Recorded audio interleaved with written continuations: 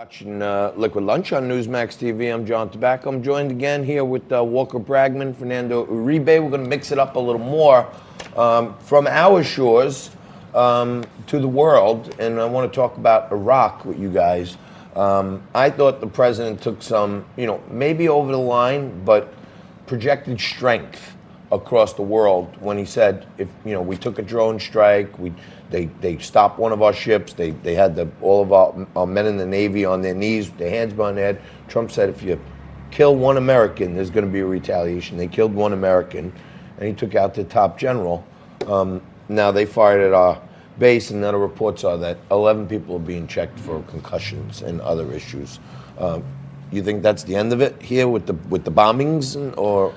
Well, I would say I think currently it is, and with seeing the recent attack by our unfortunately the drone strike, I would say that I found the hypocrisy by the liberal media sort of like very entertaining, John, because years ago when Barack Obama decided to authorize any sort of like strikes, not a peep from Nancy Pelosi and Chuck Schumer and a lot of the Democrats in Congress, and now the president. And let's be honest, there's been sort of a chronology of events in terms of acts of aggression by Iran in recent months. And the president, for the most part, has shown some restraint. And the minute that he decides to take action, when he could have months ago, and he decides to do it now, like the liberal media is up in arms. And I just think it's just another demonstration about the typical hypocrisy that we see with the liberal mainstream media and with a lot of Democrats in Congress. Again, when their golden boy Barack Obama was doing it years ago, in Libya, if I remember correctly, not a peep. And 8 years of Obama. Exactly. Walker, 8 years, he had over 2,500 drone strikes and not a peep. That he ordered. And not a peep from the liberal media. I never heard anyone say the word imminent. That's the new word this week, was anything imminent. You don't think we projected some strength across the world? I think that if you think that it was wrong when Obama did it, you should also think that it's wrong. I don't think it was wrong that Obama did it. I think the president, I agree. If you have a target who has blood on his hands from American servicemen, American citizens, I think the president, who's the commander-in-chief, should be allowed to order a strike. I think when we're talking about Iran, we need to go back to the withdrawal from the Iran deal. I think that was a huge mistake. Let me pause for a second. War with Iran would be a massive, massive commitment. It would be decades of fighting. It would be bloodshed. It would be hundreds of thousands of refugees, maybe millions of casualties. I mean, this is not something that any American should be gunning for. Agreed. Yeah, I don't. So, all right, we all agree. Nobody wants war. When Donald Trump withdrew from the Iran deal, that was a huge mistake.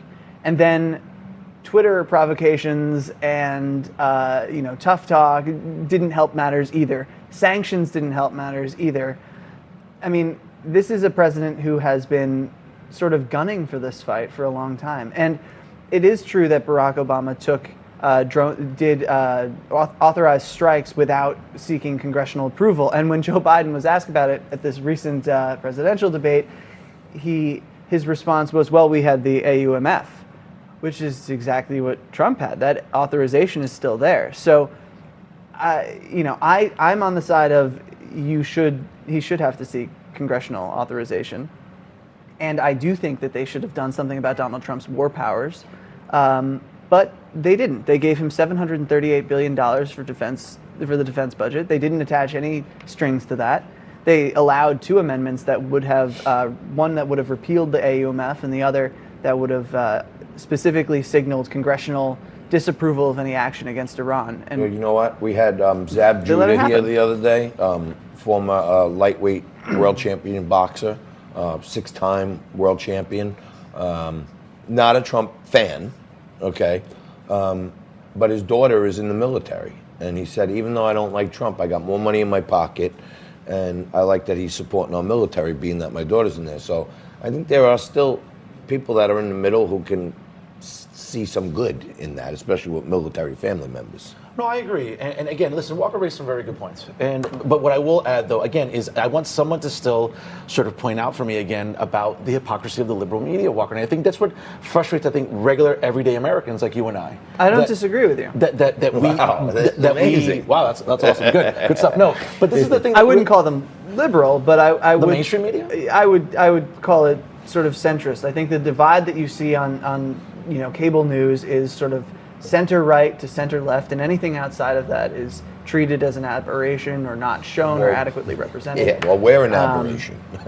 This is true here. This doesn't Yes. happen. A That's right, Democrat, yes. a Republican, an independent, it doesn't happen often on television, but it happens right here. We do need to do something about presidential war powers because the I think path Congress that I think they're doing something now. I mean, there's been some bipartisan stuff that's But been going on. Even Republicans support it. they allowed two resolutions that would have imposed checks on Trump's war-making ability to be stripped from the NDAA, which is a must-pass spending bill. So Got it.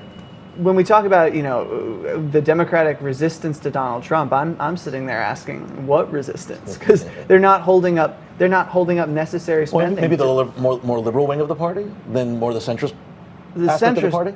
wing of the party is doing this. They're not resisting Trump. All right, well, guys, I got to end it there. I want to thank you very much for mixing it up. We're all kind of in a really thoughtful place because we agreed on a lot of stuff.